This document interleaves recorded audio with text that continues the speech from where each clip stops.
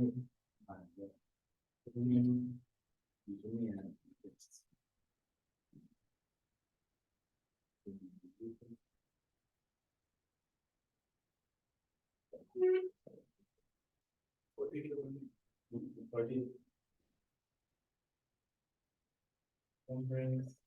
so it's time for me to start the session. I should say, welcome all of you. My name is Mr. Jun Nishida.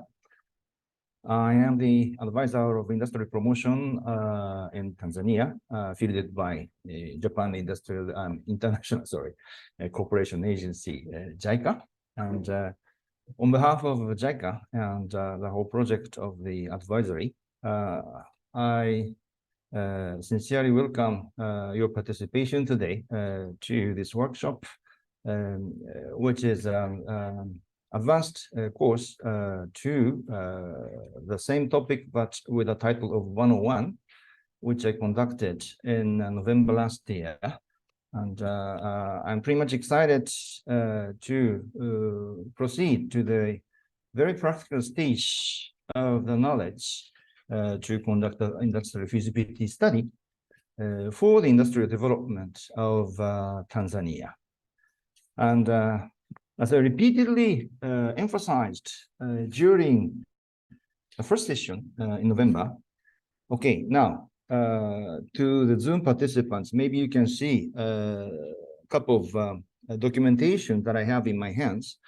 These are what we call a feasibility study report, which contains how a particular industry project is expected to be promising. And relevant parameters are all quantified and well visualized so that you can evaluate or forecast the investment comes to be fruitful to a certain degree. And you can even compare the contents of the report with another opportunity of investment rather scientifically. And this is a goal that I want to reach toward the end of the day today. I mean, the workshop will not take more than 2 hours in full. But toward the end, let me reconfirm that. Can you mute, please? Can you, excuse me, yes, those who are not, it's howling. Someone's speaker is on. Can you please seize your speaker? Okay, very good. Yeah, toward the end of the day today, we can confirm how you, there is someone who still turns the speaker on. Please turn it off.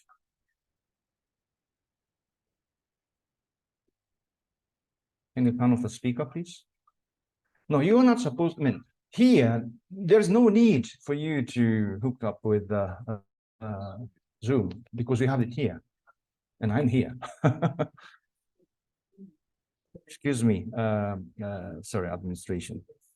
And then, yes, allow me to take chance to the Zoom participants. You please make sure to inform your name, organization, and email address to the Secretariat for a particular purpose to issue the certificate of participation after the workshop. The Secretariat badly needs to have the contact detail of yours, otherwise you will not receive the certificate, so please take note.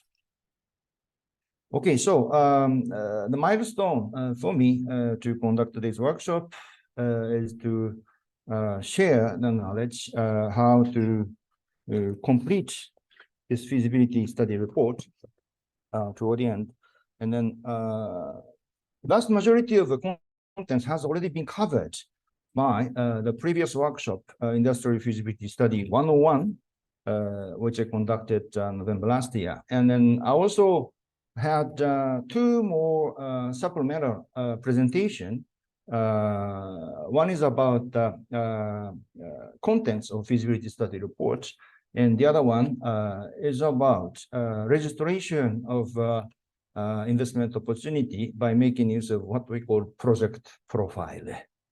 And both of them are accessible on YouTube together with one-on-one workshop contents. So those who have already sort of forgotten the substantive content because it's been no more than 8 months since last time, you are pretty much encouraged to have a look at the videos which are available on YouTube.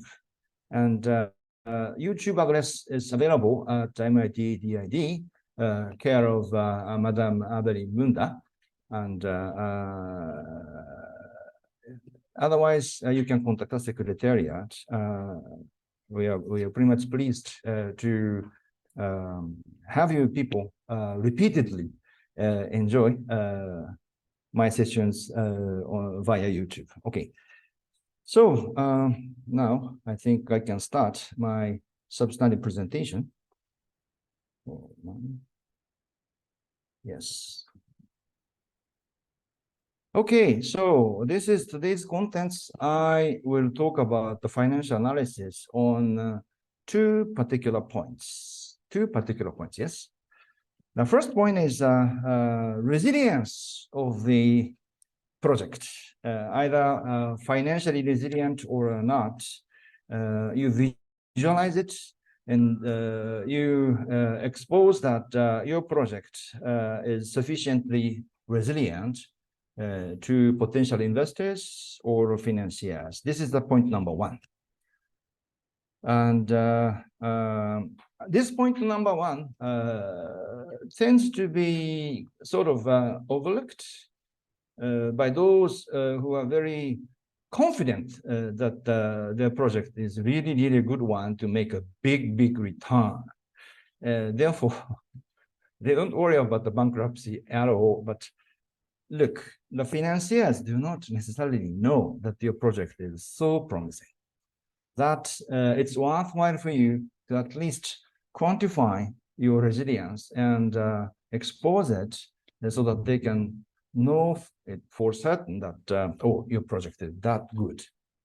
And those who are very small in scale, really tiny size of investment, this is more important because you have to, no matter how you like it or not, you have to start from the very initial scratch to make a very small investment and very small return, very small investment again, and then keep repeating it. Eventually you become big, but those stage of infancy, the financial resilience comes to be the very first task of yours to get along with your project. Therefore, point number one, feasibility study for financial resilience is, I should say, the most important element for you to be engaged with the feasibility study.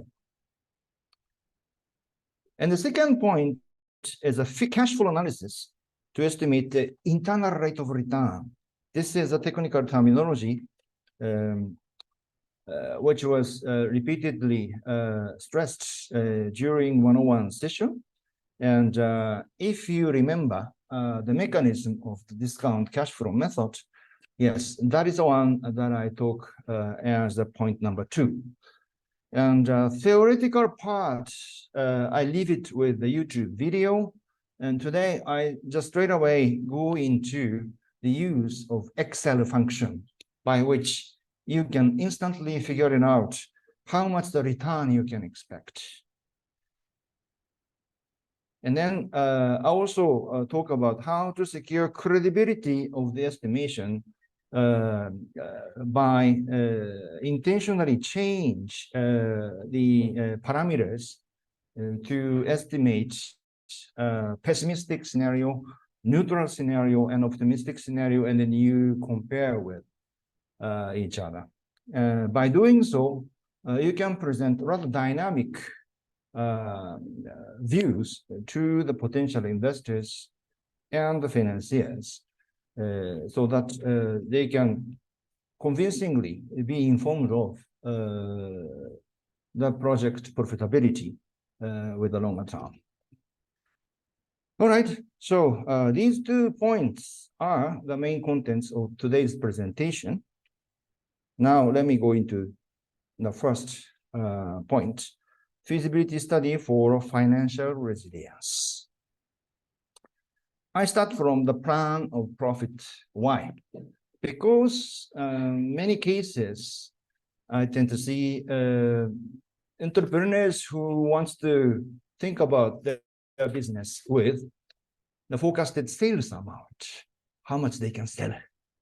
It's very common, universally common, I should say.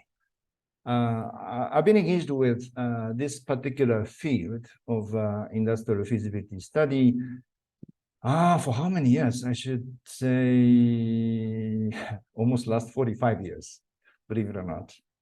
And I've seen a variety of projects in a variety of countries, and particularly those who are newly industrialized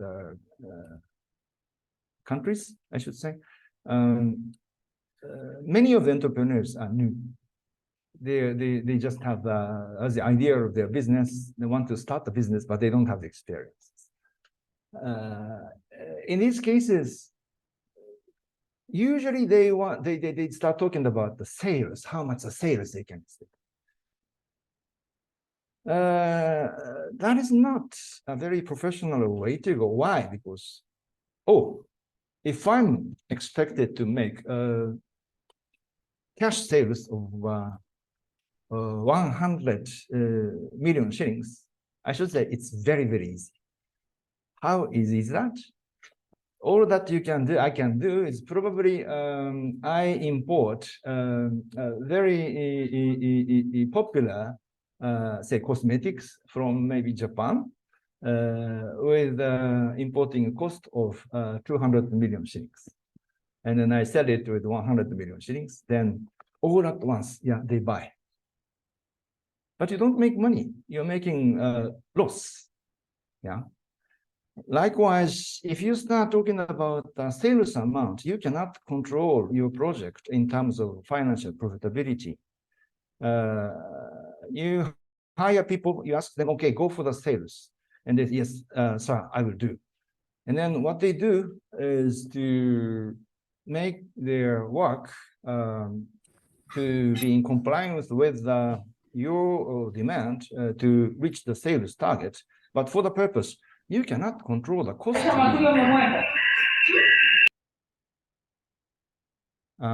Excuse me, Zoom participants, would you be so kind to mute yourself? Thank you very much. So instead, if you start from the plan of profit, the story comes to be completely different. This is what I want to say. Regardless, whatever the subsector you are engaged, and no matter how big or small your investment project comes to be, toward the end of the day, what you want to secure in your hands must be the profit.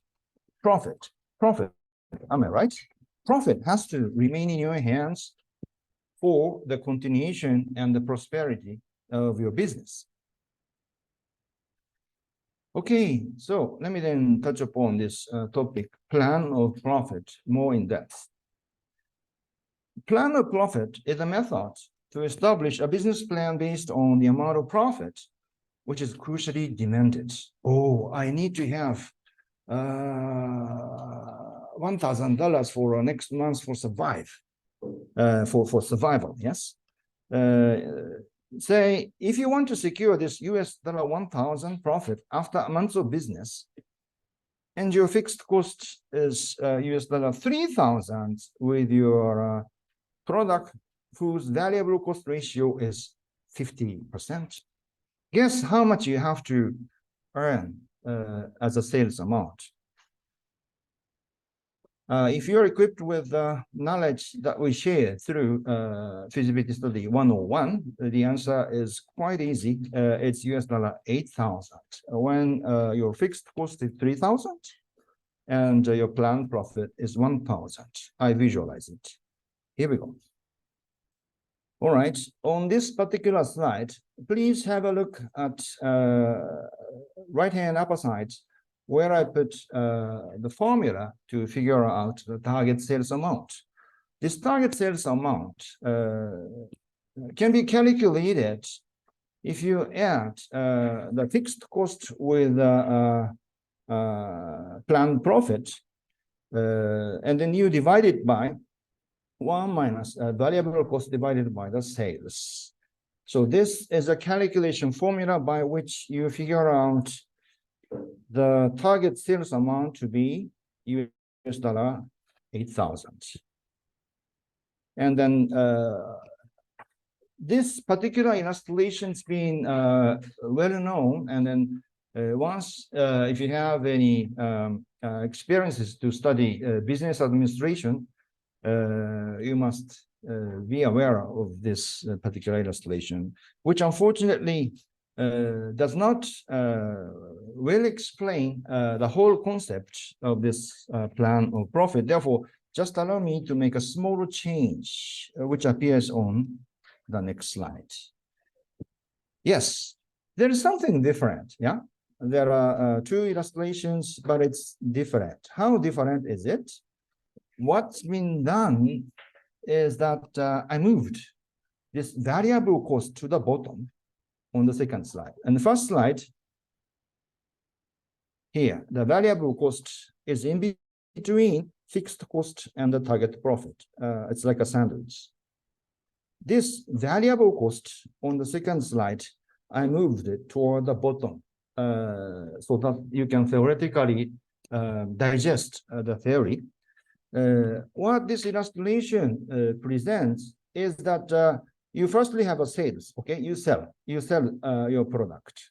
And then what you have to pay off with a priority must be the variable cost, like purchase of materials. All right, suppose that you sell, I don't know, samosa on the street.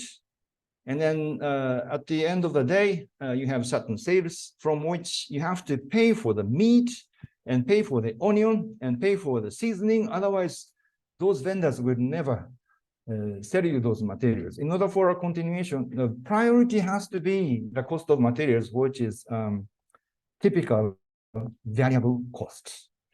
And then after you pay off the variable cost, now you have certain amount of money in your hand by which you finally can sell, I don't know, the rent of the place and your salary. These are the fixed costs. Yeah, you have a contract with the landlord, and then the landlord is expecting you to pay a certain amount, no matter how your business is good or bad. So this is fixed cost. And then you also have this target profit, and you treat it like fixed cost. Yeah. First, you pay off the variable costs, and the remaining cash, you finance it to cover the fixed cost and planned profit. This is the mechanism. Yes. So depends on how your samosa is popular or not.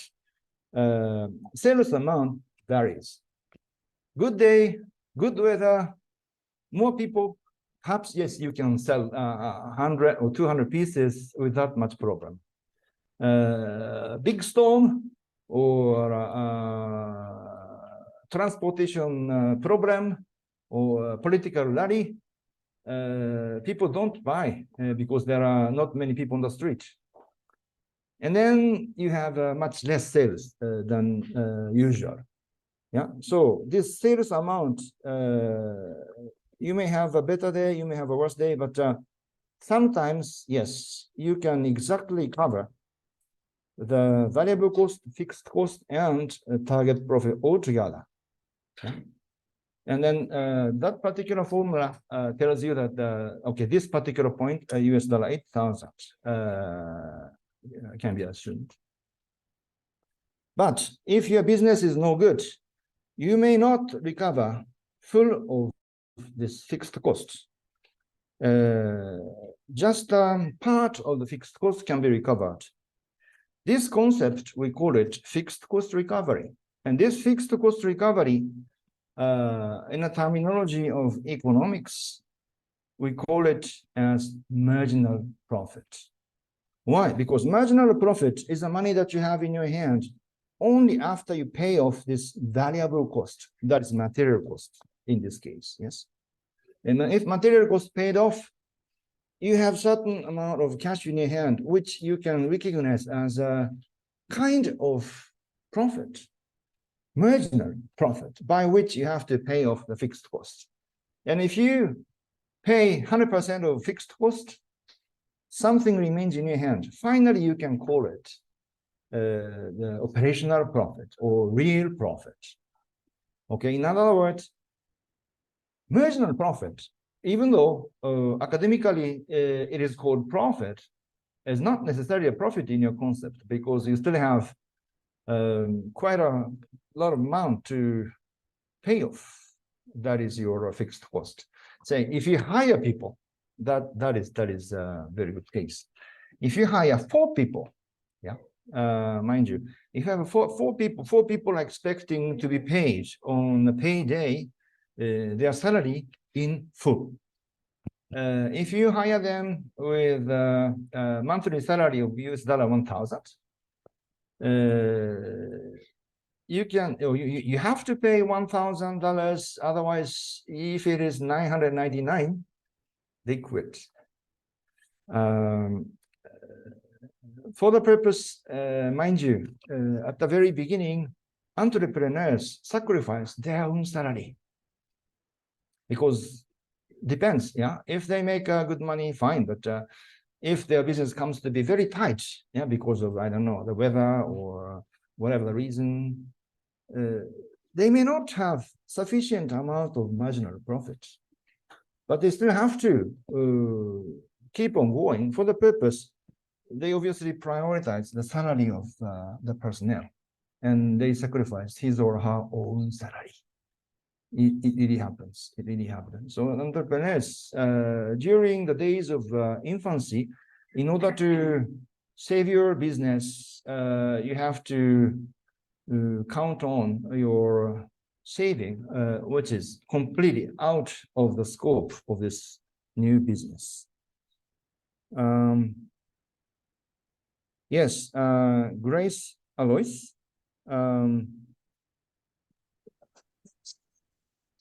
I'm requesting to record this presentation. Yes, please. I'm requesting to record the presentation. Yes, it's been recorded. Recorded in full, and will be posted on YouTube as I announced. Oh, okay. Thank you very much. Most welcome. Okay, yes, and the presentation is recorded, so no worry, next YouTube program is coming soon. So as it's been stated on this slide, if you deduct variable cost from the sales amount, that is your marginal profit. And this marginal profit is a concept which is identical to the fixed cost recovery. Yes, and then for those entrepreneurs, I should say the initial challenge is the full recovery of the fixed costs. And then if not fully recovered, what do you do? And you can compress the fixed cost by sacrificing probably your own salary. And you may even negotiate with the landlord. Please, Mr. Landlord, can you wait for this month's rent? I pay them in full the next month. This type of negotiation you may have to experience. And then if there's any possibility to count on the loan, only if it's repayable. And then how you guarantee the repayability. Yeah, the discussion goes on to the next slide and onward, by which you visualize your financial plan to those potential financiers. And then if you cover the fixed cost in full, only after that, you can talk about this plan profit. Therefore, it's very, very important for you to figure out this sales goal amount by which you can cover them in full. And then even 1 cent, if you can go beyond this sales goal, that's extra profit of yours. And then if you visualize your project with this illustration, it's quite easy for the financiers to see how resilient your project comes to be. Yes. Just hold on. Yes. So you can interpret that, okay, my marginal profit has to be bigger than the fixed cost plus planned profit. This is what Nishida says. Yes, you're right. So the points are, how much do you add on as the planned profit? Oh, I want to earn every month $1 million. Well, it's up to you how you dream of, but it doesn't sound very scientific if you plot the project profile, quantified project profile on this illustration, the graphic illustration. The graphic illustration shows the very basic structure of your business. And if you put the figures on your graphic illustration, you eventually can imagine how much the total planned profit you can add on. And if you have a thinner planned profit, your business comes to be more promising because your burden is lesser. And if you put the thicker planned profit, then your perspective comes to be quite valuable. It will be highly appreciated by the potential financiers. But the other side of the coin tells you that the thicker profit is a tougher promise for you as an entrepreneur, right? And then if you don't put the profit, say zero profit, makes the project outlook very poor. I'm sorry. You may bring in that proposal to the potential financiers, but they may not like it.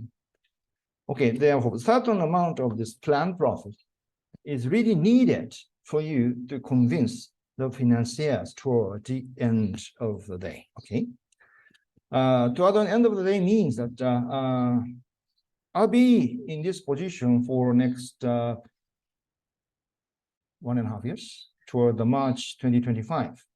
And then before the end, my intention is to pick up very promising projects to be presented to the banks. And we'll see how the bank would evaluate your project, all right? And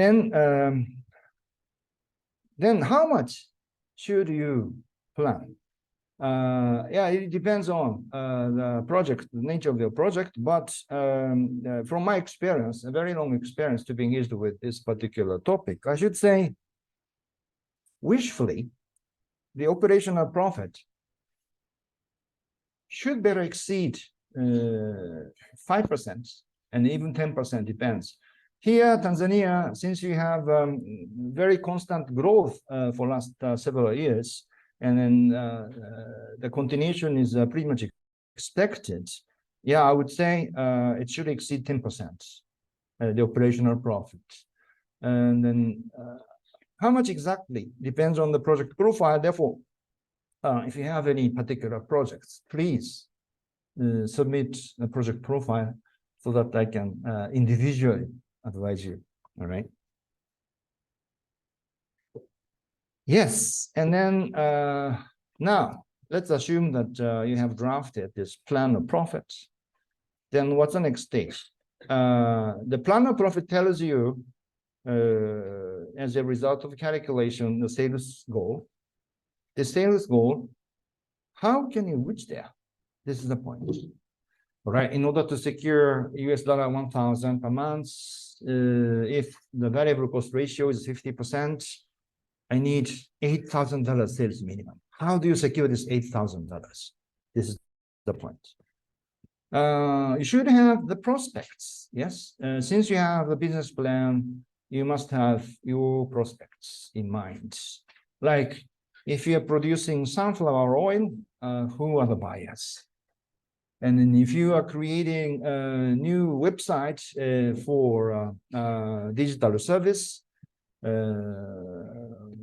who do you count on as a subscriber? All right. Have a look at your mind, where you can find the different type of the prospect. And my suggestion is to categorize those. Categorize your prospects into 4. Class A are the firm customers. They are the customers who usually buy from you or who already paid the subscription fee to you. These firm customers are the source of core earning of yours, all right? And then class B, you may have good prospects whom you can easily communicate with, but not yet started the business, but you somewhere feel in your mind that, okay, these are the coming customers of mine. And class C. Class C are those accessible cohorts in the market you do not necessarily know one by one individually, but you somewhat have a sort of grasp image in your mind that, okay, this cohort I can probably deal with. Like, I don't know, same company maybe, and then the kids are learning at the same school maybe. Those sort of cohort with a certain relationship with you. So this accessible cohort in the market, you categorize as class C. And then class D, I would suggest that you can even think about class D prospects who are the customer of your competitors. Yeah, you must have neighboring competitors who are doing more or less the same business, maybe. And then if they have certain customers, if your product is better in quality or cheaper in price, they may come to you. All right. So these 4 categories, you classify your prospects into them, and then perhaps you can just try figuring out how much you can expect, yes, after the categorization. And then the point is that the class A plus B ought to suffice 100% of fixed cost recovery. This is very, very, very crucial. Otherwise, your business remain in a higher risk. Let me put it this way.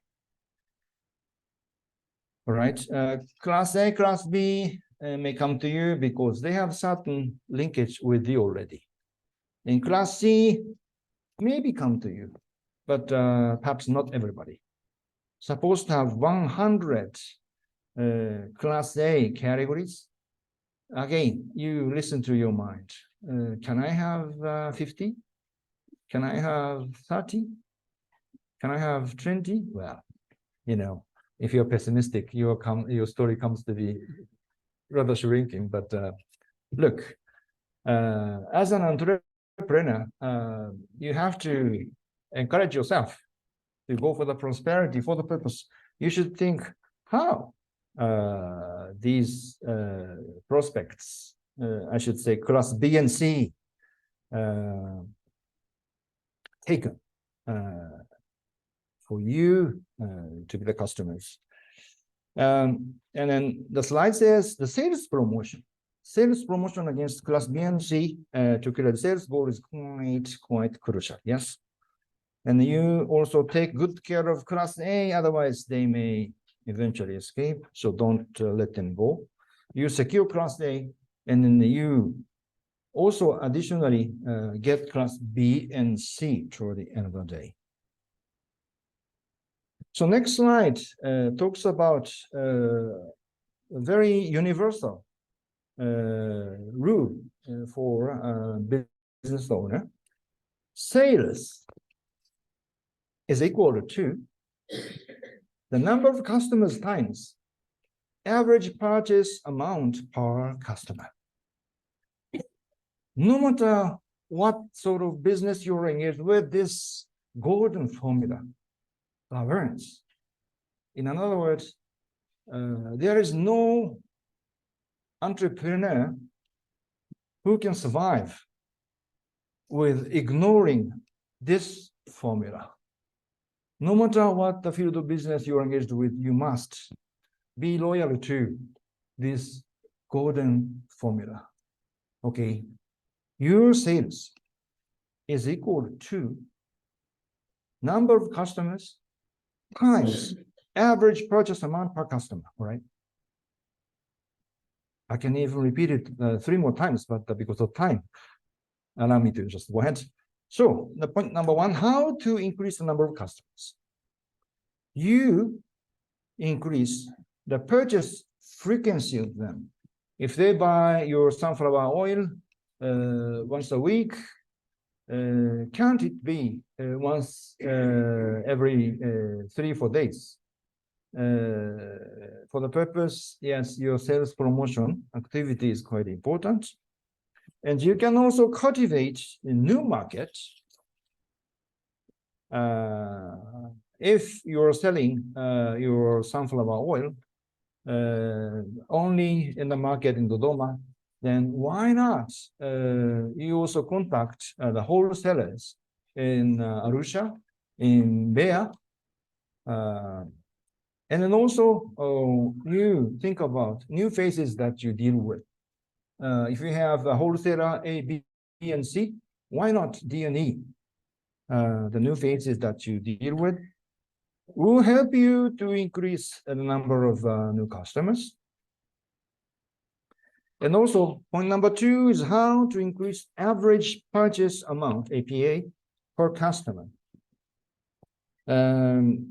This theory is very convincing, but really difficult to comply with. You know, consultants tend to say that the price can be increased, the APA, but if you do without improving the quality of your product, the customer may escape.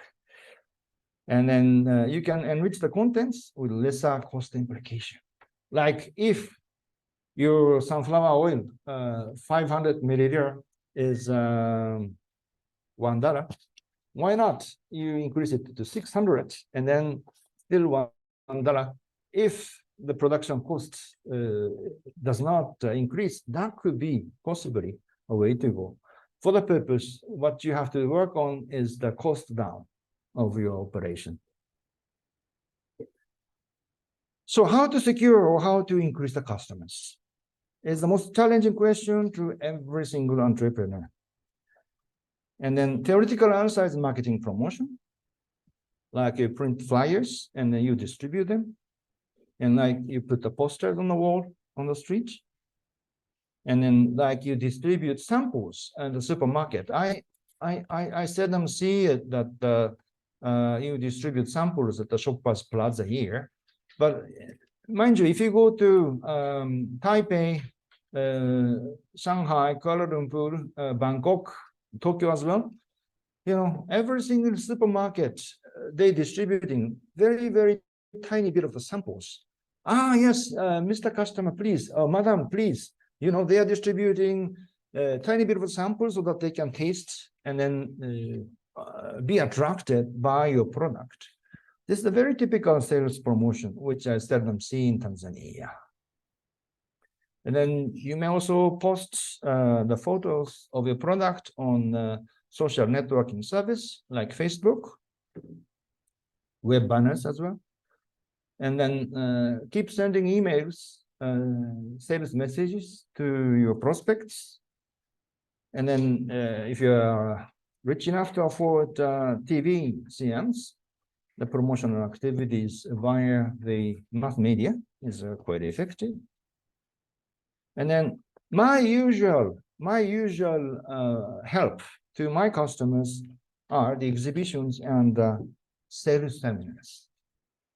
Exhibition sales seminars are really target focused and has direct implication and then quite effective from my experiences, which may not be applicable to the very different types of businesses, but mostly my customers are in the wholesale sector. Yes. Okay, so now how to assure survival. This is the very, very core knowledge on the point number one, project resilience. Yes. Okay, cash balance and time frame. If you just illustrate whether your business makes money or you make loss, most probably it's coming to be like this. Yeah, year number one, oh, you're making big loss. Year two, you're making some money recovered. Year three, again, you're making loss. Year four, because of maybe experience, you make the higher sales, and then year five exceeds. Yeah, so all together, you after all may find that this project you make money, but the point is, can you survive? And if you remember the session 101 last year in November, I touch upon it. I touch on this particular topic of cash balance management. So please have a look at the video where you can find this identical table. But just let me repeat it because it's very, very, very, very important. So there are two tables, upper table, lower table. I'm showing a very same business outlook. You do some sort of the business for which you have a initial cash provision 1,000 in your hands, and then you start your business. And then year one, since you are new, you are making loss. You lose 800. Means you have only 200 in your hands. Never mind, you still go on. And year two, after your struggle, you make 200. Okay, thank God. Now I have 400 in my hands. And year three, again, because of unexpected some trouble, you lose 500. And then here you only have 400 in your hand, which means that you have 100 deficit, which you cannot unfortunately pay. This means that you are bankrupted at the end of year three. Even though, according to a business plan, you are expecting to have a certain return year four and even more year five, and toward the end of the day, you're supposed to have 300 return on investment. Unfortunately, you cannot go any further than year three. Below, if you have initial cash provision of 1,200, the whole story is completely different.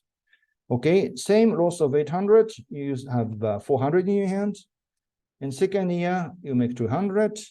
Now your cash is 600, which can, fortunately, sufficiently finance the deficit of year three minus 500, because after the year, you still have 100 in your hands. Okay, then you can proceed to year four.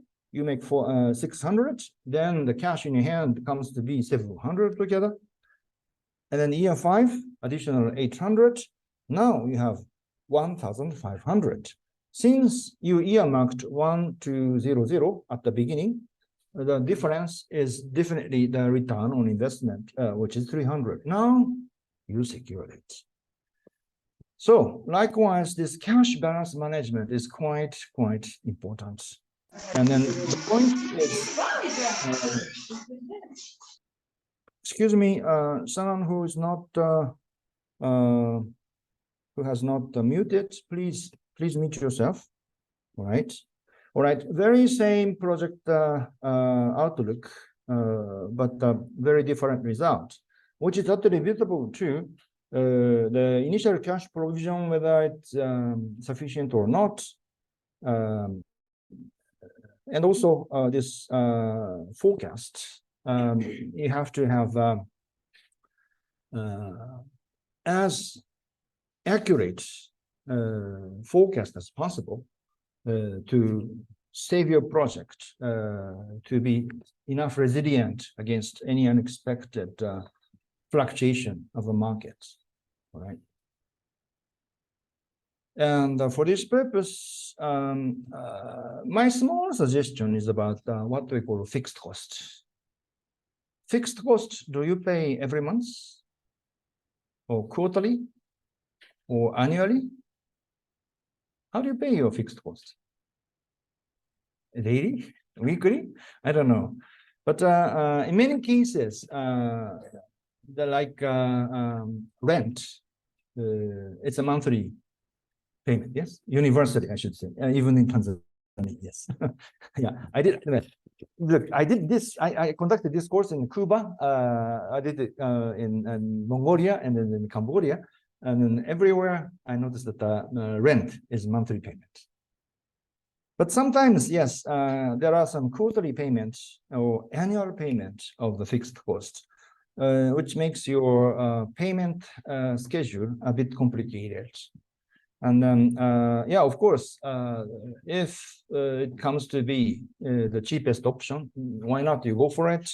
But again, you have to be wise enough to plan the fixed cost payment. If you can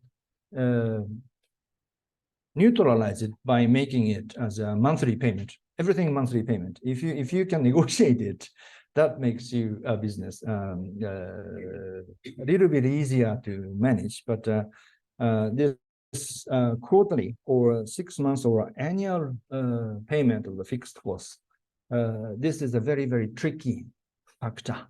Yeah, and then you have to be careful and then talk to your accountant. Okay, every 6 years we have this particular payment, so don't forget. Yeah. Which means, okay, this illustration, every month you should figure it out, because as I just suggested, fixed cost varies from month to the month, from one month to the other. And then I sometimes receive question, hey, Ms. Nishida, if it's a fixed cost, it must be fixed. And then how do you say fixed cost varies? And then my answer is that no, variable cost is the cost which varies in accordance with the performance of your business. And the fixed cost is the cost which has nothing to do with the performance of your business. This is my explanation.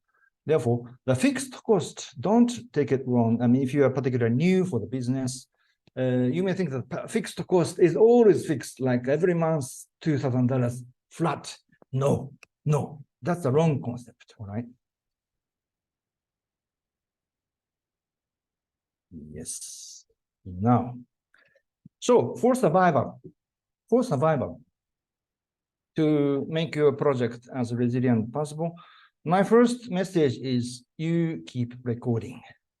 You keep recording. Particularly, the first year of operation is very important. Which months you did what? Which months you paid what? Please keep recorded so that you can review it after 1 year. Because most probably second year will be more or less repetition of what you experienced during the first year concerning the fixed cost particularly. And then always you stay with a forecast for next, preferably 3 years. Means every month you add on another new month of 3 years from now. Since now it is 2023, now we just stepped in September, you may think about year 2026 September, 3 years from now. Do you? All right. And then you check it. You can even revise it as a monthly habitual practice. And also the schedule of payment is quite important.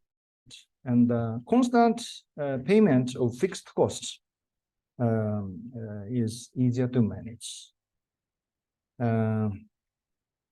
I should say, if you pay $100 per month for 12 times, it's easier to manage than $1,200 payment once a year.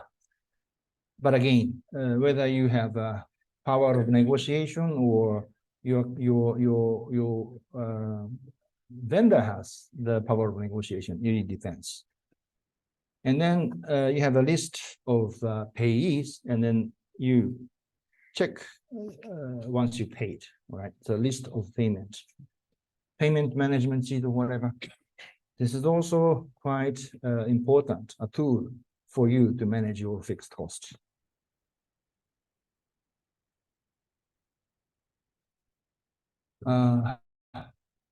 Yeah, now the slide tells me that I move on to the next topic, but before moving to the next topic, I must say that entrepreneurs, I should say half of your free time should be dedicated for money. You think, or you always think about the money.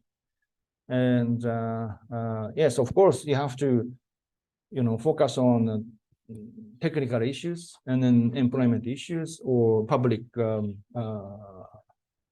things like your relationship with township or some sort of political relationship as well. But beside that, you may have some free time of yours. And yeah, sometimes you may want to relax yourself, but the difference between ordinary employees and entrepreneurs are heavily hooked up the responsibility to survive, means to earn money. So think about the money, at least 50% of your free time resources. This is my message toward the end of this resilience part. So now, allow me to move on to the second topic, which is cash flow analysis to estimate the internal rate of return. So you start your business with your invested capital. And management study represents this concept with capital E, while on the other hand, feasibility study, you express the same concept with the capital I for investment. Then you want to start your business. Okay, now I have my $3,000, by which, what business do I start? Yeah, now I go for sunflower oil production. But to start the sunflower oil production, is US dollar 3,000 enough? Maybe not. I'll show you how big the factory is supposed to be later on by the photograph. But now, let's assume that this 3,000 is not, unfortunately, sufficient for you to think about the business. Then what do? You go to the bank and you borrow the money.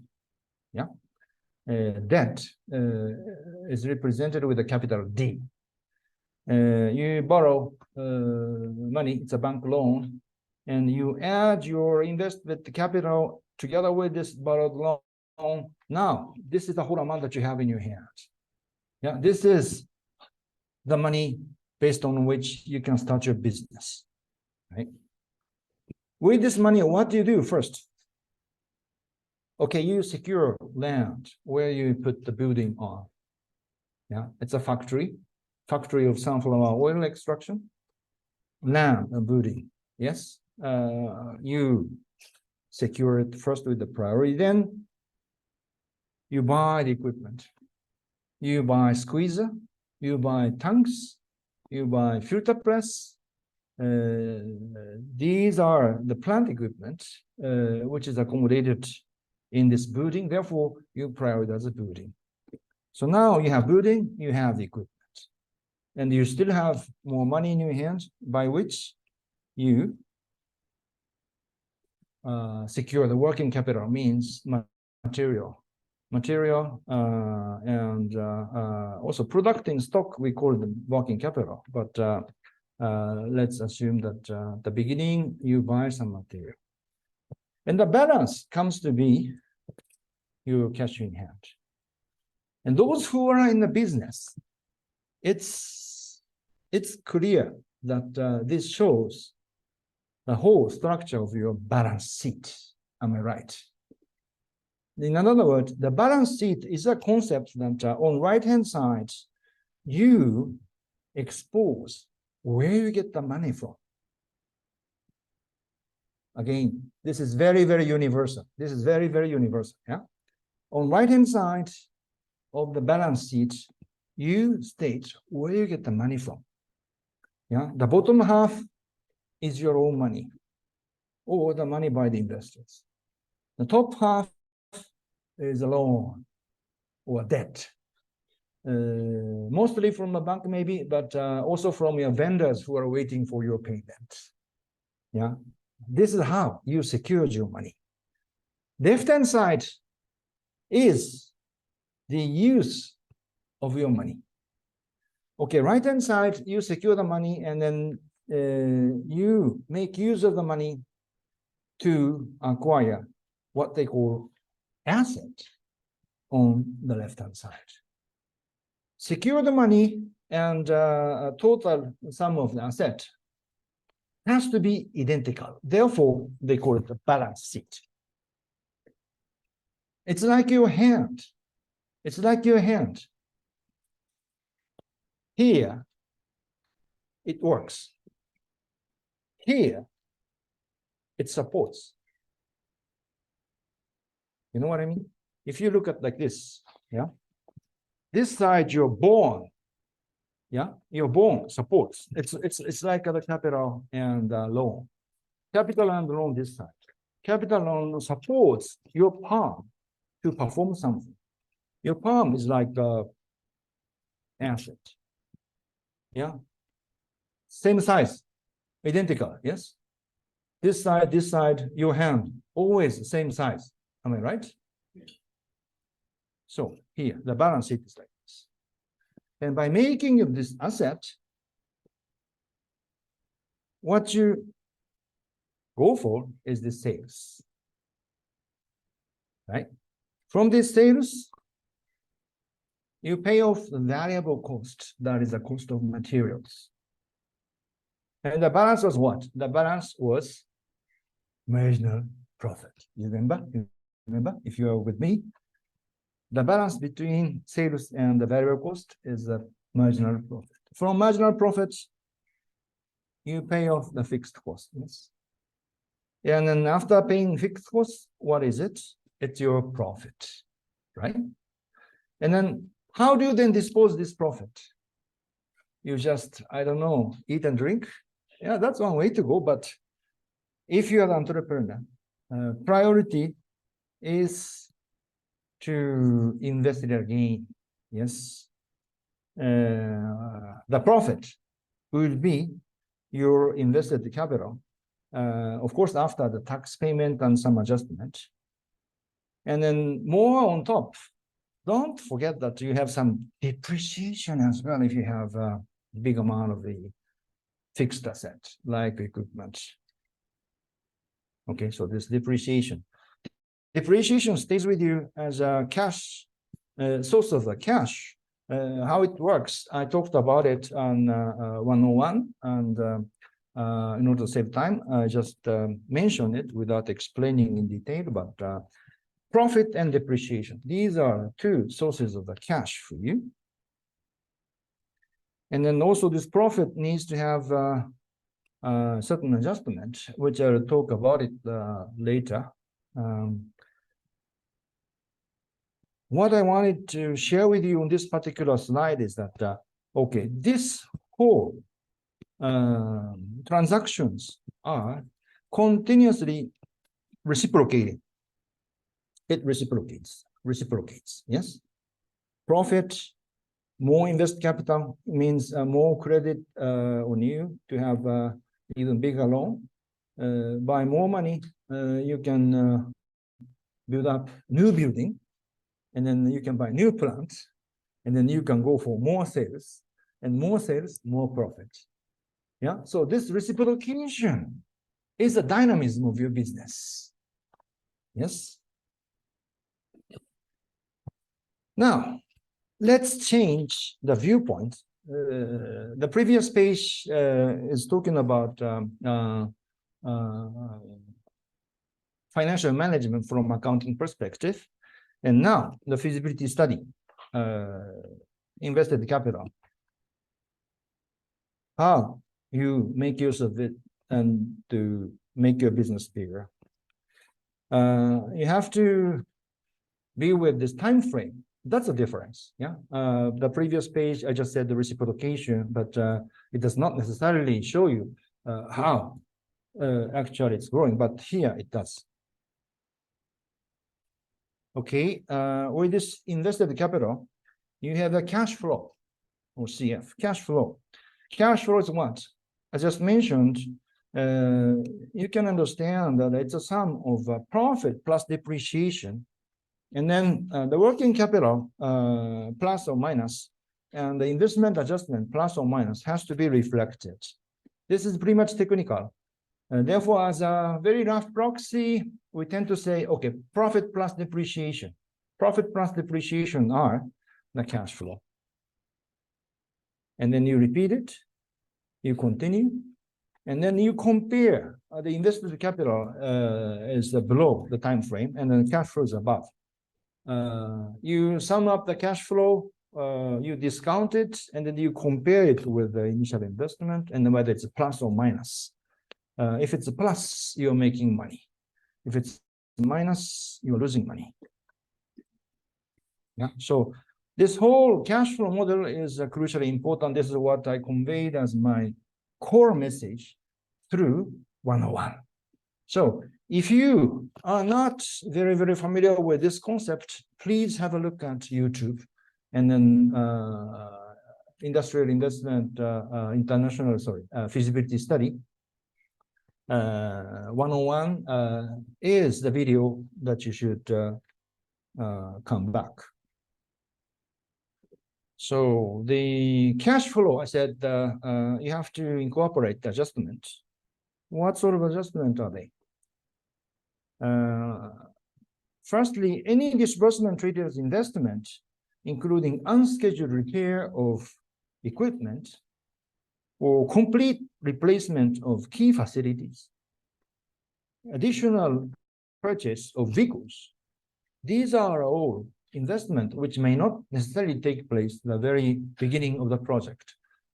Year 1, year 2, year 3, maybe year 4, year 5. You may have to conduct big maintenance work. Year 10, maybe you want to replace your car. These are the investment that you have to reflect on the cash flow management. Otherwise, if you just leave it with the operational manager who always calculates sales, cost, and the profit, he or she may tend to, forget about this adjustment factor, which may possibly be handled by somebody else in your company. And then also any income caused by disposal of fixed assets. If your cars, if you happen to sell some of the cars, then you have money. How do you categorize it? It's a part of investment payback. This has to be reflected on this cash flow management. And also, if the working capital means material in your stock or the product before the sales, which stays in your warehouse, if there's any irregular increase or decrease, this also has to be reflected on the amount of cash flow. Okay, this is quite complicated process. And then just conceptually catch up with me. Otherwise, after this session, we go into the very actual projects. The very actual projects, I guide you. I guide you to be with this. So the practical application. Operating profit after tax plus depreciation may substitute as a proxy of cash flow, since the adjustment may not necessarily be fully foreseeable. And this is the challenge. Conceptually, we understand, but as a matter of practice, so how do you figure out this cash flow? Many times I say, okay, why don't you use this operational profit after tax plus depreciation as a proxy? It works. It works. It works for you to complete the cash flow model like this.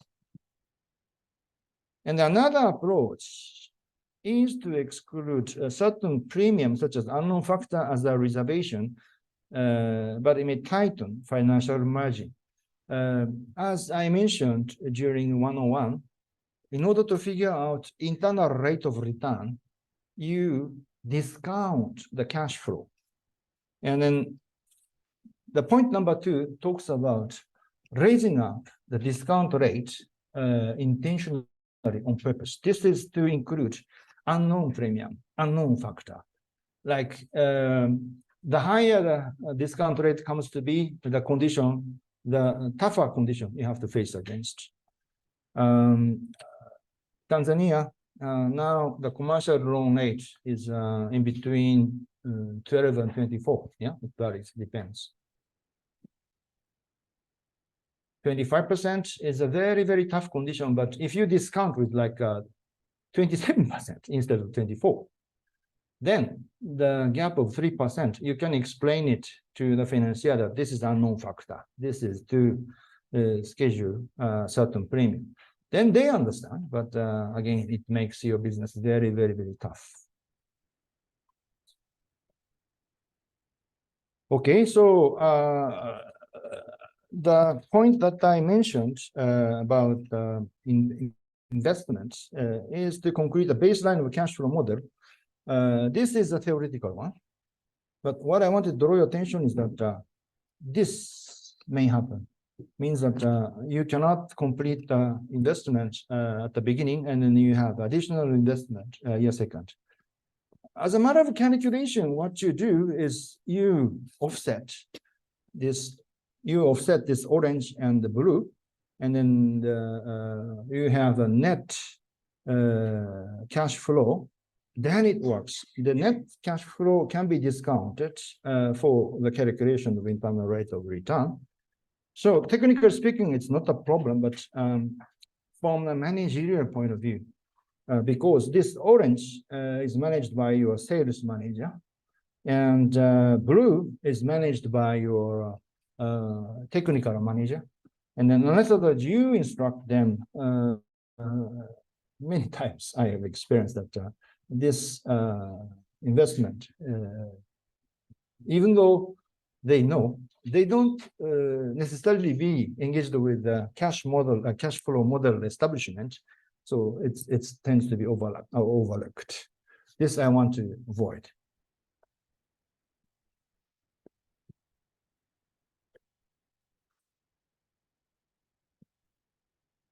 Okay. And then now I step into the return on investment, how much money you make. Thank you for the patience to be with the rather theoretical part. But now I gradually go into the negotiation with the financiers, which is more familiar with you people, I assume.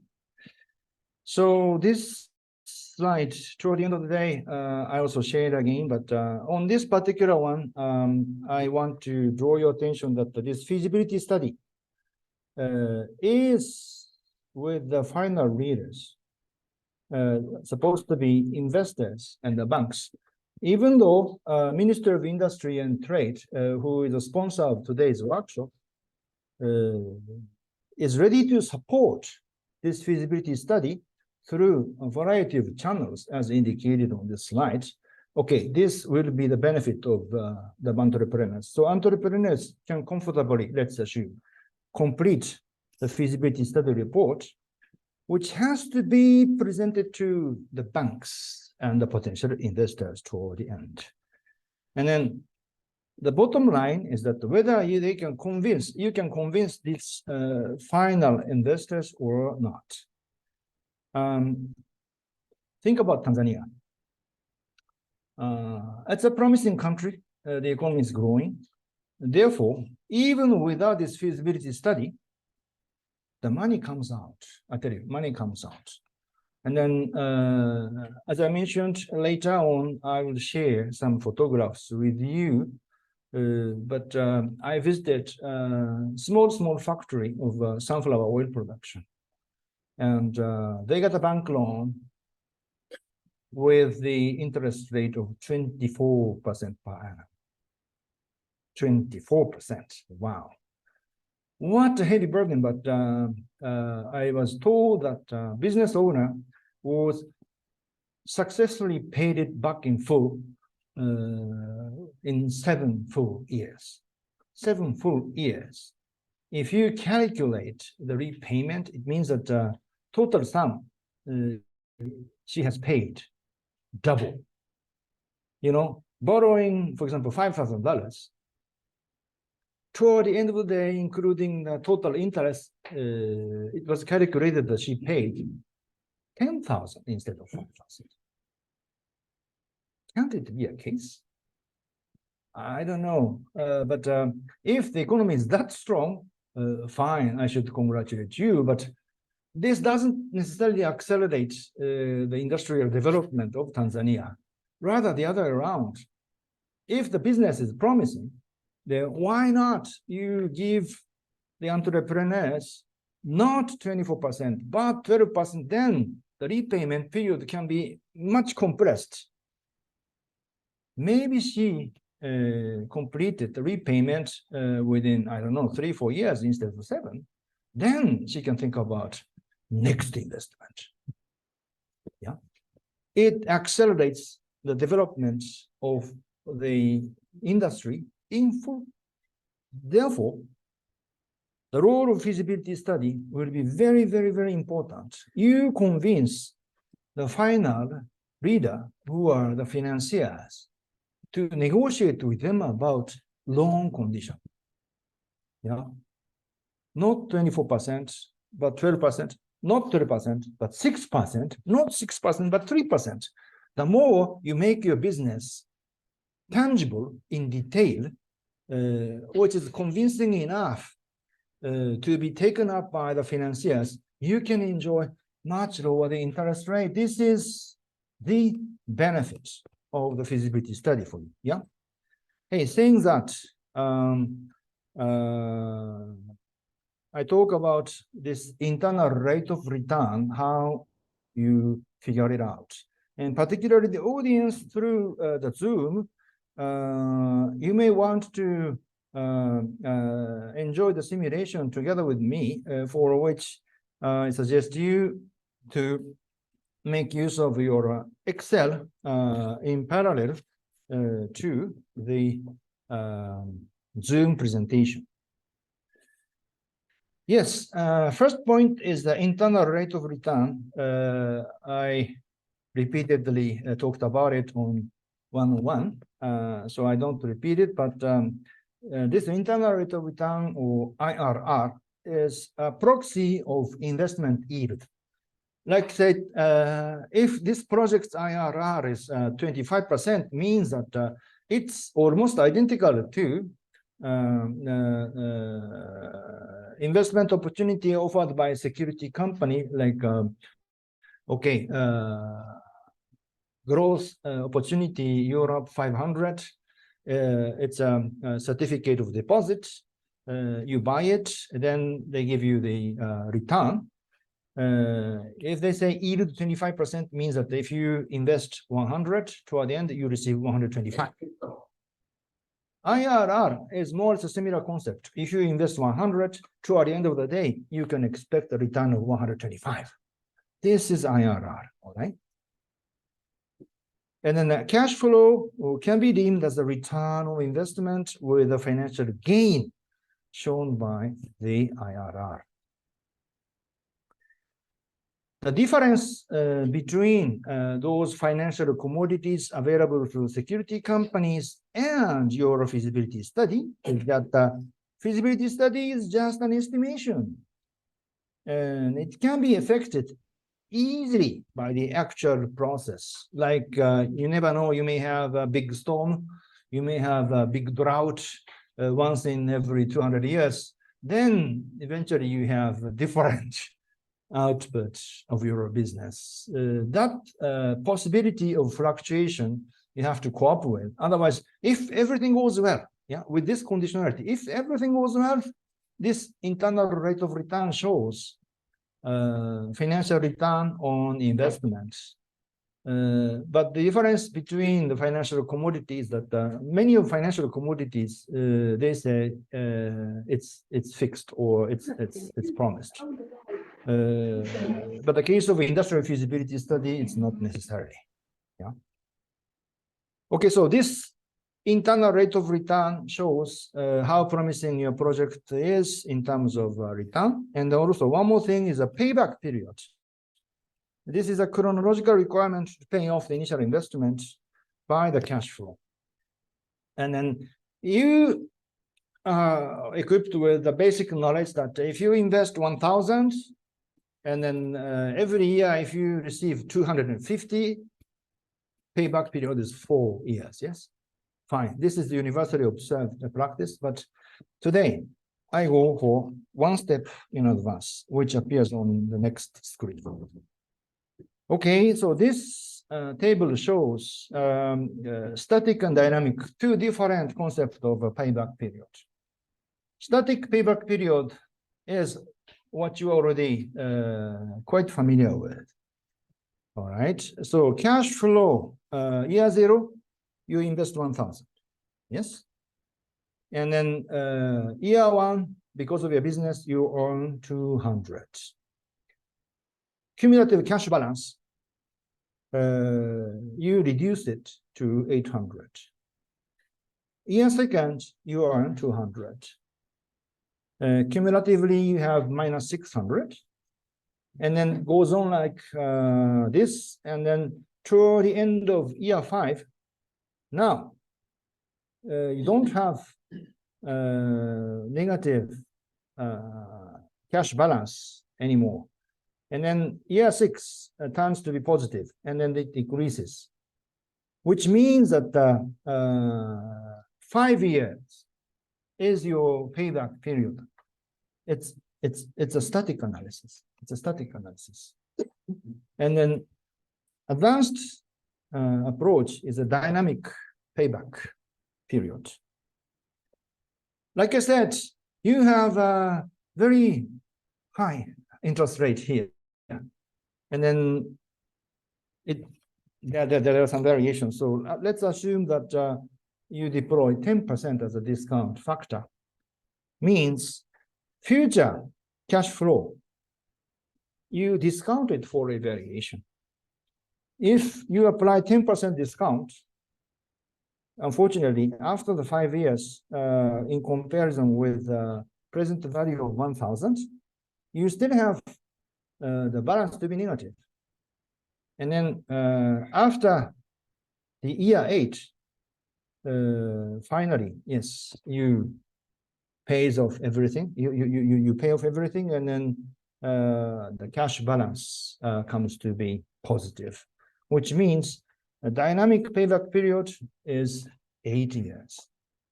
This dynamic payback period concept is not widely practiced. Many people are with this static payback period, but just a matter of knowledge. Since you studied feasibility study with me, I just want to share with you that there is the methodology of a dynamic payback period. This is to show you how you are complying with the financial situation of a respective country. Like here as an example, I deployed 10%, but if you talk with the banks, they may indicate, okay, in my business, I tend to deploy like 15% or 20%. Then you recalculate it with that discount rate, and then they can evaluate your effort to respect the business circumstance of the bank. Yes. Okay, so now this is today's bread and butter slide. In order for you to calculate this IRR, you don't have to be with the discount cash flow method in full. Or you have to be equipped with this IRR function of Excel.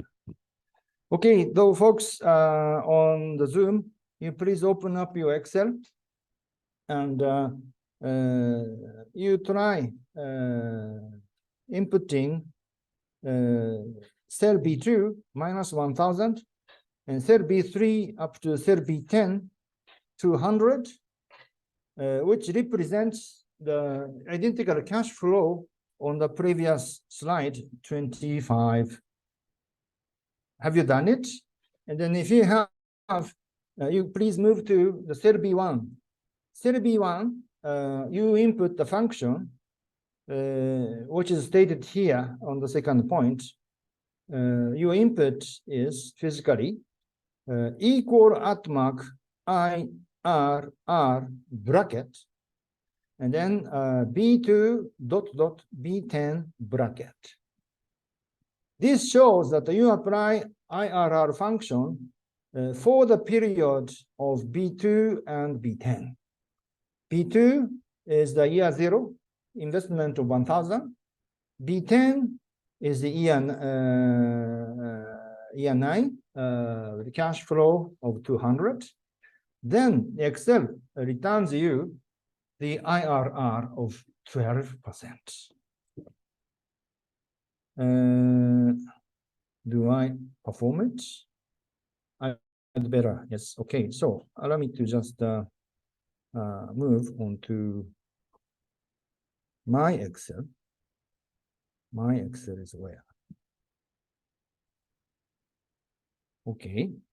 So my Excel here is a different one. Maybe I should enlarge it.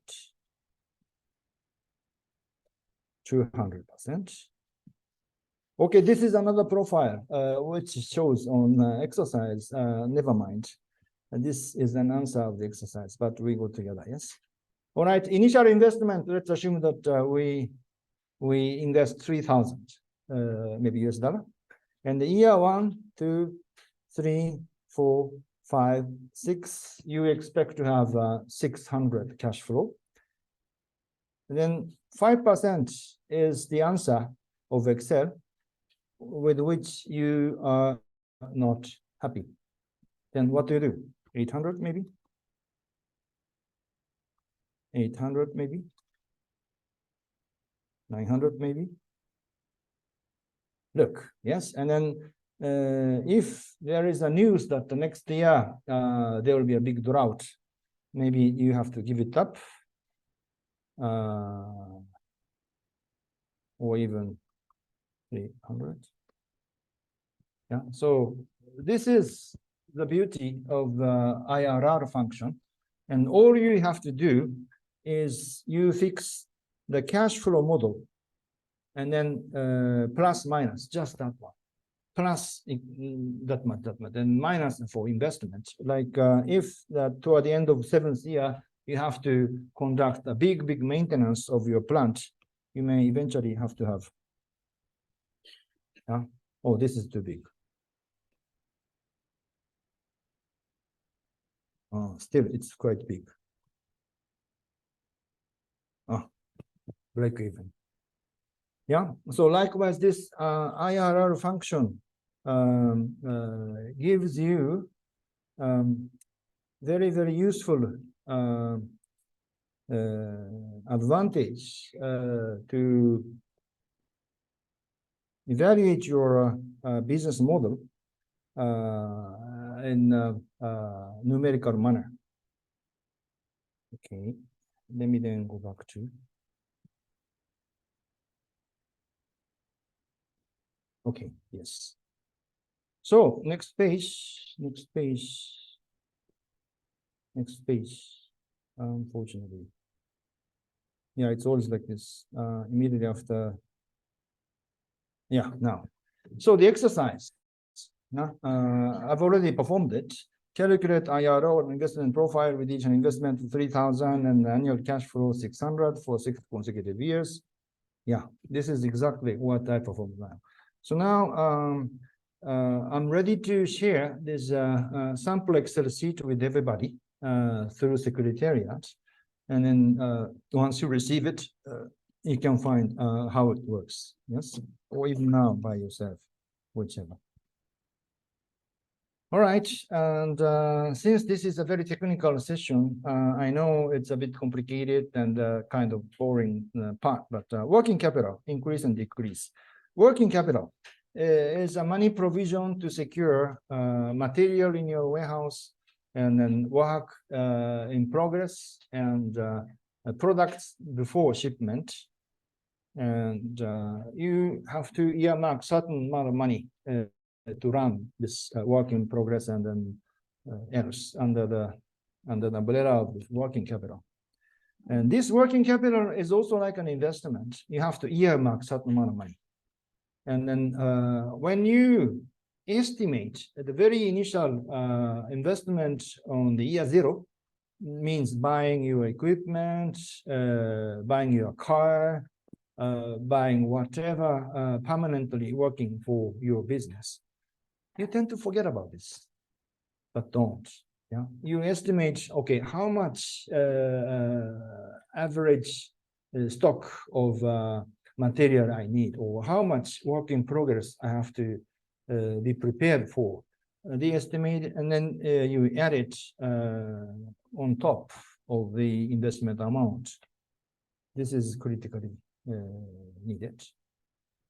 And also overhaul, additional investment, year 4, year 10, year 15, never know. Your equipment always demand to have the overhaul work. The overhaul work, again, tend to be overlooked because it's not in hand of the operational manager.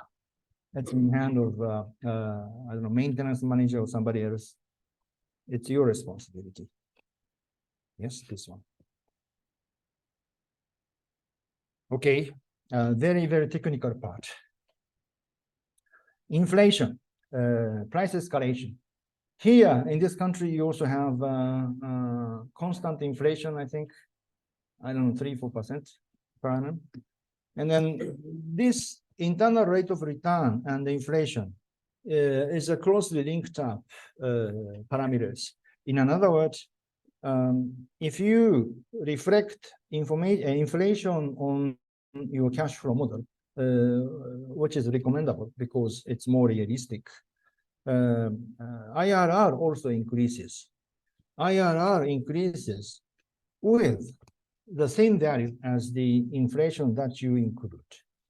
Like this slide shows that without inflation, your profile gives you internal rate of return of 7%. Okay, without inflation, you expect 7% of a return, which you think not very realistic because of this inflation. Then you decide to reflect the inflation. Here it's 2%, much lower than Tanzania, but as a matter of model. Just as a matter of model, I incorporated 2% of inflation, and then I adjusted the amount of cash flow as indicated. Like here, originally it's 200, but it's 204 because it's 2%. And then 2% increase, 2% increase, 2% increase, constantly 2%. Then here, originally IRR was 7%, and then now Excel tells you 9%. So the difference is the inflation factor. Yes. IRR will be increased with the very same volume of the inflation which you incorporate on your model. Yeah. So this is also recommendable after you establish a baseline scenario without inflation.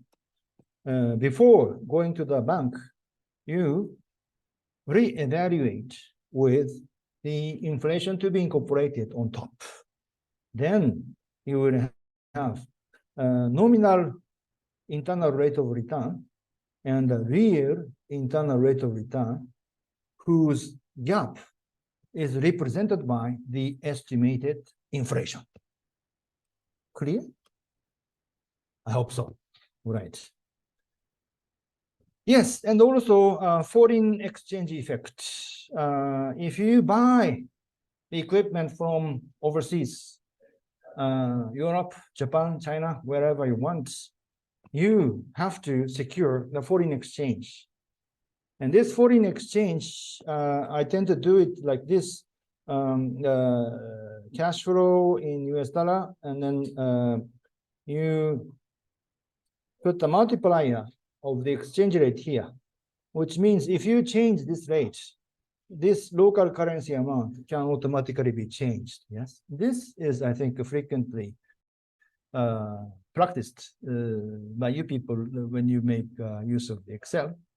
In other words, if you have a quotation by your vendor of Toyota in Tanzanian shillings, better you ask them, how much is it in US dollar or Japanese yen? And then you make your Excel worksheet like this with foreign exchange rate, which may eventually goes ups and downs fluctuatively.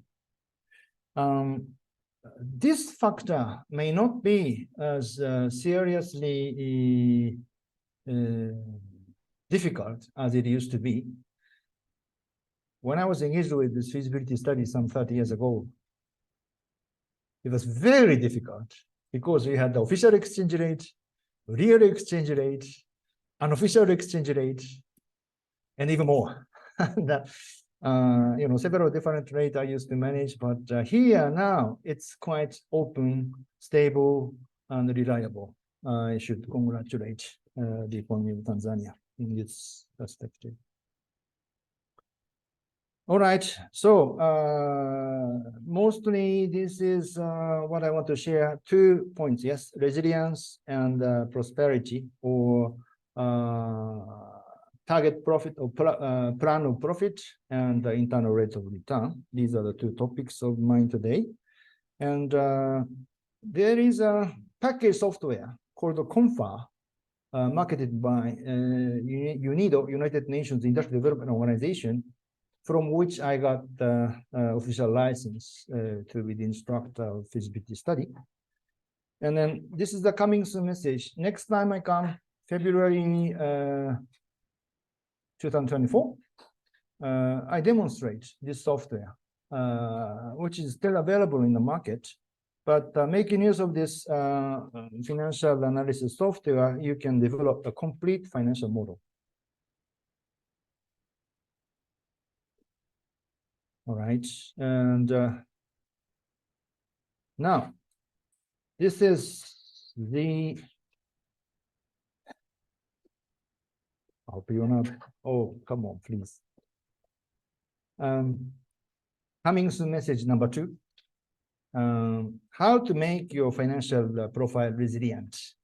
Next workshop 301, I emphasize it that you make your financial profile very, very, very appealing to the financial institutes, say banks and potential investors. From now on, you go on the real feasibility studies. You check it with plant manufacturer, how much it costs, your plant equipment, your tanks, facilities. And you also contact the prospects, whether they want to buy the product or not. And then once you sum up with those collected information, with a very higher probability, your profile won't look very, very nice. Why? Because, they want to sell. They want to do a good business with you. Means that if they are the vendors, they quote high. And if they are the buyers, they offer you lower price. If the buyers offer lower price and the vendors showing higher price, your business margin comes to be very small. And oftenly, it tends to be negative. And unless otherwise you negotiate with the real bargaining power, you won't get the real price at the beginning. This is many, many, many cases I have experienced it. So what then do you do? Initial suggestion of mine as a solution is you think about making use of the second-hand machines. Second-hand machines like PC, If you go to the market, brand new PCs cost $1,000 per unit, right? But if it's a second-hand machine, I don't know, maybe $200 to $300. Same about equipment. Same about the car. Of course, the cars mostly you are using second-hand. Plant equipment. If you happen to have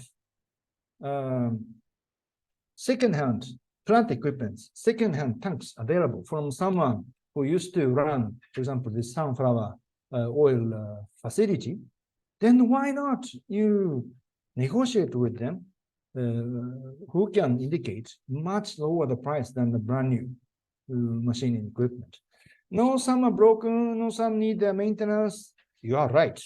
Therefore, on your feasibility study report, what I suggest to you is that you state that you make use of second-hand machines for a better financial prospect, forecast, but with the proper maintenance and sufficient provision of spare parts.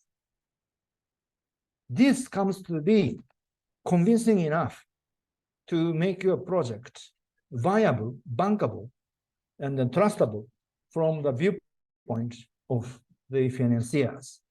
This is my suggestion. And then on top, if needed, why not you put the contact of a maintenance factory nearby? That gives impression to the readers that, okay, this author is very serious, yes.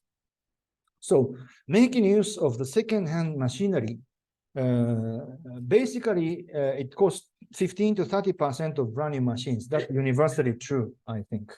And then you appeal that, okay, even take a photo if you have already secured this second-hand machine, and then put it on the report to appeal your readiness to go with this plan. And then, mind you, the second-hand equipment financiers all tend to criticize, no, its lifetime is shorter. No, it tends to get broken down. No. You have to be well prepared for these criticism. And then for the purpose, mind you, the spare parts issue is very important. And then beside this feasibility study workshop 301, currently I'm now talking with MIT to organize a workshop on the spare parts management. So the spare parts management is crucially important for those new entrepreneurs who are thinking about starting their own business. All right, this is my message number one on this slide. And also, message number two is that after you consolidate this financial model, you prepare plural scenarios. Plural scenarios are what? Say optimistic scenario which tells 10% more than initial forecast. A neutral scenario which tells estimated amount of the product. And pessimistic scenario, which cannot sell more than 90% of initial estimation. So optimistic, neutral, and pessimistic, if you present three different scenarios, it looks very dynamic from viewpoint of the assessor, that is a financial institute. Okay. And then if you can survive, if you can indicate that you survive with a pessimistic scenario, you will convince the investors more. And then you also upgrade the quality of data as much as possible. For the purpose, what I am now appealing to MIT is to link up themselves with industry associations. For those who are with cotton business, I got in touch with Mr. Adam Zuku, the secretary of Tegamat, who agreed with me that they can endorse new business plan with their expertise. They have experience. They know how to conduct a cotton business. And then those who are engaged with sunflower oil production, I got in touch with Mr. Ringo Iringo, the chair of TASUPA. This is the Association of Sunflower Oil. And he also agreed that he can endorse to check the new business plan, because he thinks that the more members of TASUPA increases, the more power they can get. He wants to have more members. For the purpose, he welcomes the newcomers of the sunflower oil business. And then for the newcomers, the feasibility study will help you to reduce the interest rate on your bank loan. And then in order to convince the banks, the association is ready to help you checking the reality and seriousness of the investors by reading your report. Okay, this is realistic. Okay, this is reasonable. This is, they can sign. Yes. So this is the way to go and upgrade the quality of data as much as possible. Industrial associations can help you providing experienced expertise. This is the point. So now, gradually, I'm coming to conclusion of the stage. So this is what I have agreed with the MIT DIT, basically, as a schedule in future. And November 2022, last year November, I said workshop 101. This is the basic knowledge, basic theory. It's available on YouTube. And those who had the difficulty to understand the financial theories, you please go back to the YouTube and then check it, the contents. And then here, this is where we are. Workshop 201. And customized approach with the project profiles. Unfortunately, up to now, I have received only 2 profiles, out of which I went to, yes, here, Madam Aziza is present, her factory. And now I'm showing the photograph of, sorry, your factory for the general audience here. And next time, February 2024. Here. February 2024, I talk about the monitoring and evaluation, workshop 301. And workshop part will be concluded by them. It's the end of the whole story for me to share the knowledge with you in such a manner that I lecture, which I don't like. Then after that, what would happen? I go into support of individual feasibility study project, like these 2 projects. One is sunflower, and the other one is web service of freelance matchmaking. So those who want to enjoy my support, please come up with your project. And then I will go along with you until the end of the whole project. And then initial indication of mine is to dedicate myself to be with the feasibility study, starting from February next year until August next year. And then after that, we refine the project proposal. You will have something like this by August next year. August next year, assume that you have something like this for banks. And then negotiation stage with the banks, roughly November next year. November next year, we go to the financial institutions and ask them whether they like it or not, and how much interest rate they can give. So this is the foreseeable schedule which I proposed to MIT. And then, mind you, I did it November last year, and then I demanded that, okay, minimum 10 projects I can handle. That was my commitment November last year. But now, after 8 months, I only have 2. And then the remaining time frame may not allow me to go more than 10. Now I have to change it. Maximum 10 projects. Maximum 10 projects, I commit. I can be a help of yours. So it's a sort of competition. And now the focal point, Madam Evelyn is here. And if you find that this offer is attractive, contact her and then submit her the project profiles, which can be help of yours. All right. And so what you can do by February 2024, I would also count on your support to validate the whole ecosystem of industrial feasibility study. This is the policy framework, which I'm in the discussion with the director, Dr. Wilson Logano.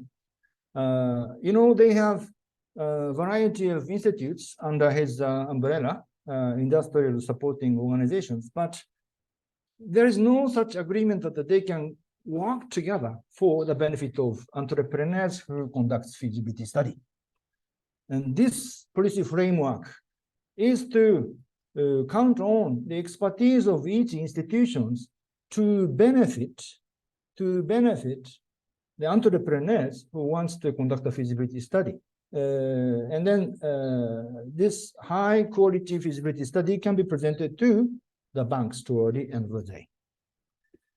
So if there are any promising project, let the owner submit a project profile. Yes, and then Avalyn can send it to me.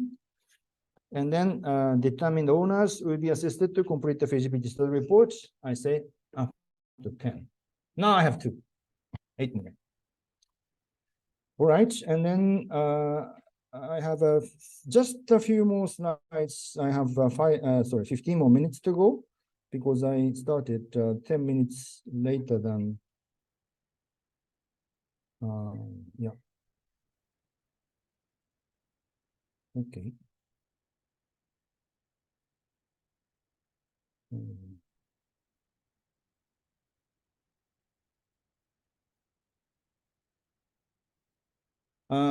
Sorry, Grace, I don't have too much time. Just allow me to go ahead and then I come back to you.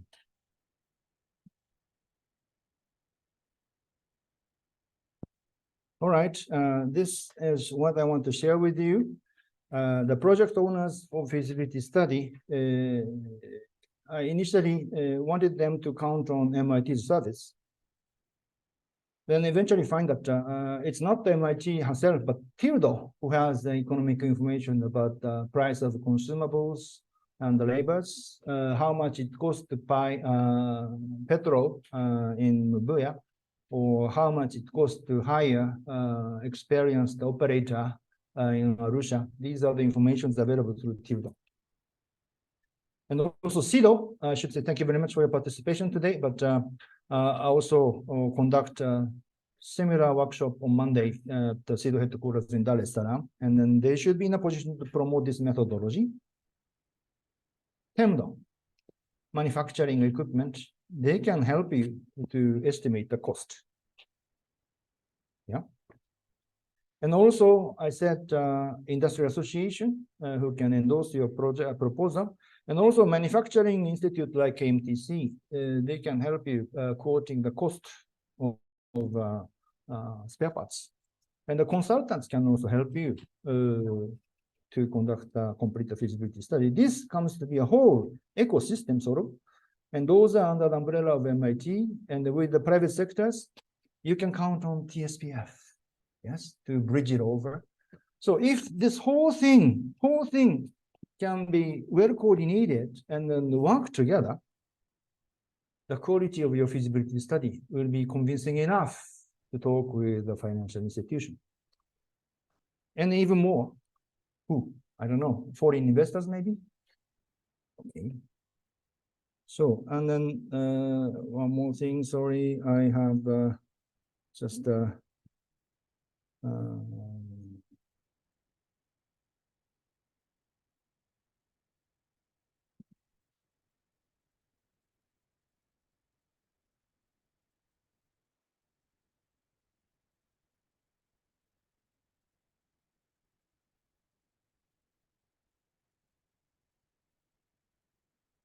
well, just excuse me.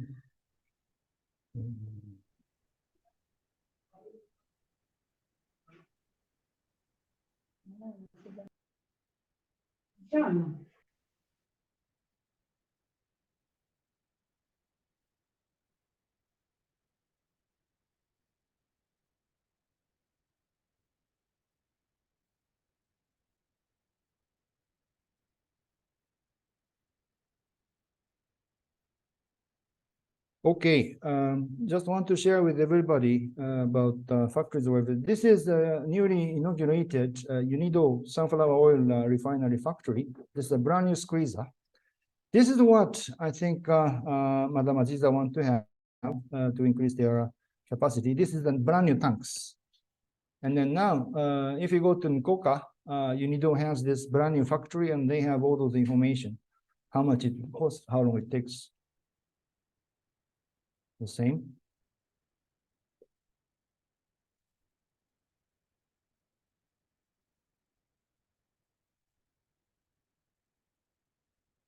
Yes, and this is a brand new filter press by which you can have a final product.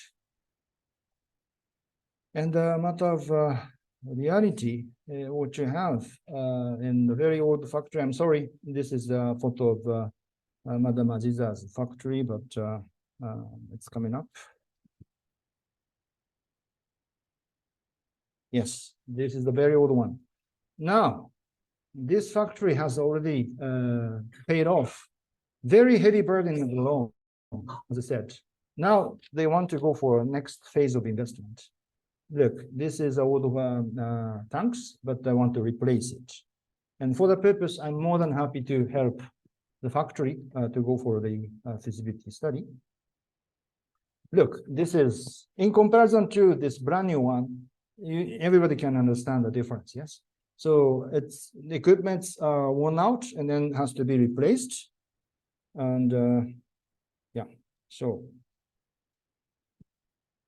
this is the very initial stage, but look, the company is growing. The company has already paid off the 7 years, big loan. And now, second stage. And this is where the feasibility study can be a help. And then any of you who are with, doesn't have to be sunflower, but could be leather, could be cotton, could be whatever different sort of the industry subsectors. If you want to count on the system that I shared with you today, you please come back to Abilene. So that is my last message. And then there was a hands raised question. Who was that? Please release your mute and speak out. Thank you for, yes, thank you. We are requesting the template for the guideline on how to submit our profile, the concept right. on. Yeah, sure. Yeah. So now the question from the Zoom, they said they want to have the project profile template. Yes, and the project profile template is available at the MIT DID, and this was well shared by the Abilene, who is now present at the venue in the CBE. So you will receive it. You will receive the templates. Any other questions? Mm-hmm. And you also should be encouraged to check the video on YouTube once again. And then this YouTube address, I also shared with everybody through Abilene. All right, so this.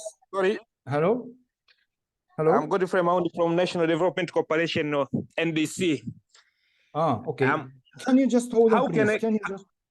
Can you just hold on? How can we get the training on CONFA? Can you just hold on, please? Yeah. All right. CONFA. No, CONFA 301. I will demonstrate.